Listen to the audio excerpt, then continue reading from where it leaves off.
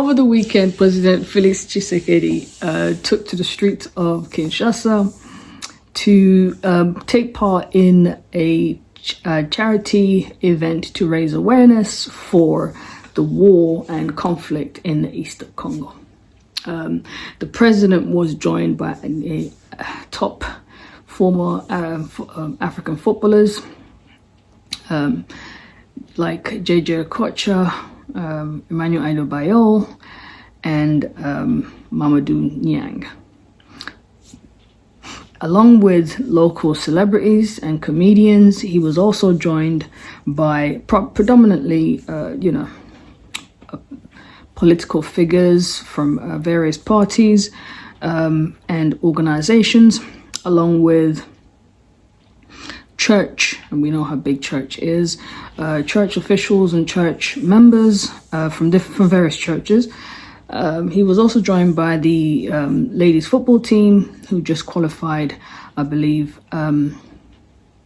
for their Cannes event. And then the men's team as well. One of the biggest names to join in this event and celebrate and raise awareness was our very own Bandal's golden boy, Fally Ipupa. Fally Ipupa joined in the match. He played, a moment or two himself alongside heavyweight boxer Bokoli. The event was it was a rare treat, I'll have to say, for the Congolese people, because in the recent days, the Congolese morale has been, destroyed with the floods and the economical woes, as well as the constitutional fight that we've been having in the last couple of weeks a month. The locals needed something, and I believe that the president saw this as a perfect event for that. He attended. Not only did he attend to support on the sidelines, he also took part. He actually went in goal and participated himself, I suppose, in a way to show solidarity with the cause. It was a star-studded night for the first time in a long time. That many of Africa's boys and girls joined forces to do a positive thing for a positive cause, for a positive event after a very drowning couple of weeks. No pun intended. It's been really stressful. At the very least, from the images I've seen and come across during of the floods and the heavy rains, the traffic, just the ongoing chaos or the ongoing unrest in the Congo, unemployment, many people are complaining about that. Many of his critics, Felix Tshisekedi, have raised concerns of what exactly this game does for the current conditions in the West in terms of the situation. Many have asked the question, how does this actually stop the war and the unrest in the east of the DRC? And that would be valid. So some of the questions is this a fundraiser? Was it a fundraiser? And if so, how much did you raise? And what was it raised for? And who was it raised for? Because it's whenever there's money involved with the DRC, everyone raises their eyebrows and starts asking, are we just putting people in a position where they give and then the money never gets to the people that it's supposed to get to? Because we've seen that a lot in recent years and in the past.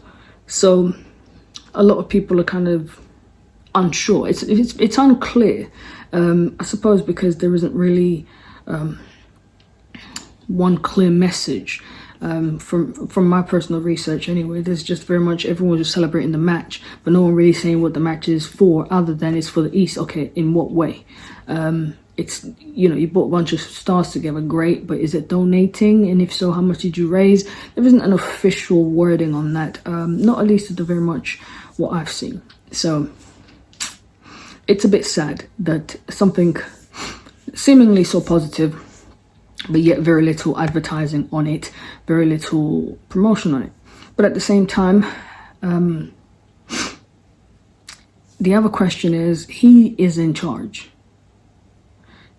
You're in charge, so you're doing a fundraiser for a problem that you're supposed to be solving, or a charitable event to raise awareness for something you should be aware of. At the very least, you should be having some kind of what's it called, situation room conversation with your, you know, line of your defense groups, and just figuring out some kind of strategy as to how you're gonna tackle this issue, because this being your second term, people expect more. At the very least, I do. Yeah, so my next bit would be to question, what have you done? What has he done to manage the issue? It doesn't seem to be enough. It doesn't seem to be it seems like this year, especially in the last few months, the situation's got worse. For the people that are living in misplaced and displaced camps, it's really bad. At the very least, I would have expected President Tshisekedi to have secured a much more humane camping site for the individuals that are, you know, displaced and you know, having to flee. There don't seem to be a plan for the people that are, you know, without their land and their homes, just to sort of be like, all right, this is a temporary accommodation situation. I don't know what that looks like financially, but I would assume that it's been going on in my whole lifetime, and you know, I'm in my 40s,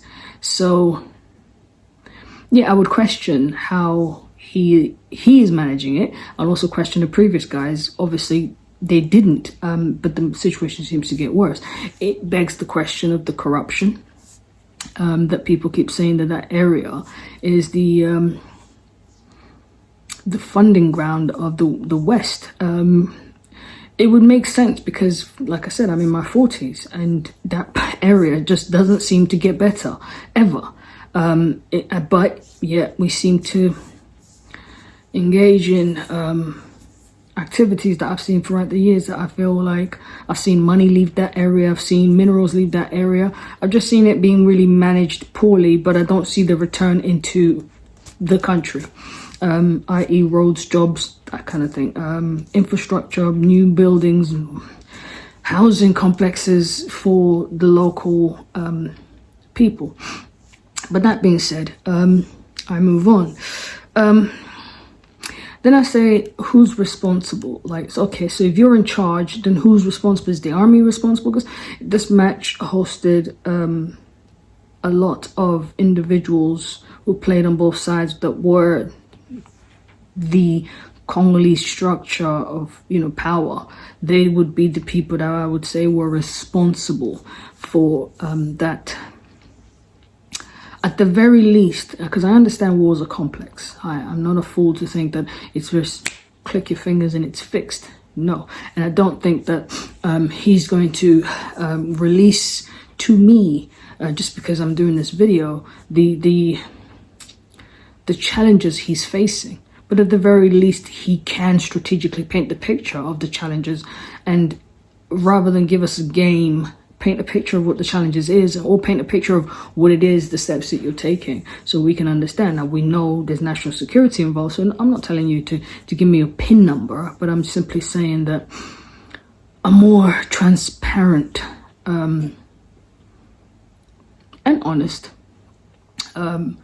dialogue of what's going on, what you're doing, would ease people, and a more dedicated plan, structured plan, clear and concise plan of okay, this is what we're going to do with each individual people. We're going to start with this number, and then we're going to move them to here, and we'll, in a 5 years time, we'll have all this number in this place or that. Again, that's just an idea, but I'm sure you have ideas. I just don't think the administrations in Congo, I don't think they communicate clear enough. I don't think they communicate, they're very transparent. And sometimes I think that it's kind of like cutting your nose to spite your face, because you would face, I think, you would face less scrutiny, less critique if there was more of a communication of sorts of a clear communication. Okay, this is what we're going to do, and then people be like, okay, so he's doing that. And then obviously that also opens up the door for people to hold you accountable for what you said you were going to do. So I get that. It's a kind of double-edged sword, but you're in control of what you tell people you're going to do, you know. So yeah, and then you have a question which people are asking, which I also feel like is a valid point. What does this achieve? Okay, you raise the funds, you give it to the people, you raise awareness, but I almost feel like you're putting yourself at a third person, as if you're not the first person to deal with that. Like as if, like, what are you trying to say here? It's not me, it's them. Because ultimately, you're the president. You get what I mean? You're the president, so you're doing a charity event. Because, okay, let me put it differently. If, say, Macron, who did a charity event a while ago, I think it was last year, I could be wrong, and Fally Ipupa played in that charity event, was raising funds for, argument's sake, women's rights, okay, and he was showing solidarity with those kind of foundations, for example. That would make sense, because that's nothing he can control other than to say the rights you're fighting for, I'm backing. When the courts make the decision, they're going to know that the president is backing you. You know, because most of these things are court's decision. Laws need to be changed, etc., etc. In your case, this is a section in your country that the surrounding neighbors are all heavily invested, including the outside peeping toms, are all eagerly invested in taking over because of the richness it holds. So whether that be fertile land, whether that be minerals, and all of it, there's people that are heavily invested in keeping the conflicting. So yeah, so that's the question there. So yeah, so then we'll come back to the mainland, and we start asking the question, what happens after the game? Okay, we've had the game. You've met your objective. What are we doing about the floods? What are we doing about the traffic? What about the economy, lack of jobs? You know, so yeah, the question is, and the Constitution, you've kind of, it seems as if you've kind of cloaked over it, and you've put like a blanket, or you swept it under the carpet, or you're trying to dazzle us with a little miming session here, like a little mime clown, like look over here, don't look over there, distracting people from what's actually happening because they stumbled upon something, or maybe you got something else popping, and you're not really, because Congolese are very easily distracted. So, and it only takes a scandal or an entertainment, for them to sort of swift from what they were, looking at. Yeah, so this is one of those what lurks beneath this game situation. Why are you giving us a game? What are you preparing us for? Like, you're making us laugh before you smack us across the face, or what's the yeah. Anyway, so to summarize for me, I would have to say, look, I am for the game, and I would congratulate him and everybody that took part in the game. I'm always for a charitable cause that makes sense. And the suffering and the tension that's going on in there, the people in between, the collateral damage is always the innocent. And for those innocent people, I pray that the money you raised goes to those people and we give them a better life, because I can't help but think about the women needing proper sanitation, you know, their cycles and stuff like that, and they don't have the right gear for that. I just feel like, oh, that's just so horrible. And then I factor in the children never really getting a stable place to sleep, never really knowing just the bare minimum of the human rights in terms of comfort and ease in life. And I don't want to sound sort of holier than thou, because my empathy is very much a case of I hurt with them, because no Congolese, at the bare minimum, no Congolese should be living in squalor, not one. For me, not one single one of them. And then the men are helpless. I can empathize with them immensely. They feel helpless. They feel, you know, life has been taken off them. That area has been like that, like I said, my whole life. I can only pull to their biology and think how helpless do they feel. I saw one gentleman really just sort of say, "What can I do? What can I do? I can't fix it. It's beyond me." And you know, we all know men like to fix things, and rightly so. So this affects those three demographics really, really hard, and my heart bleeds with them. And where I can help, how I can help, I will. But I hope that this is for the positive. I would hate for it to just be a gimmick, a fireworks display while you're stealing, breaking the safe of the other side. I would hate that to be the case. That would just be, but I have high hopes for the people in the East. I have high hopes that a resolution will come. I hope it's tomorrow. If I could click my fingers and make it happen now, I would. But I look forward to that day.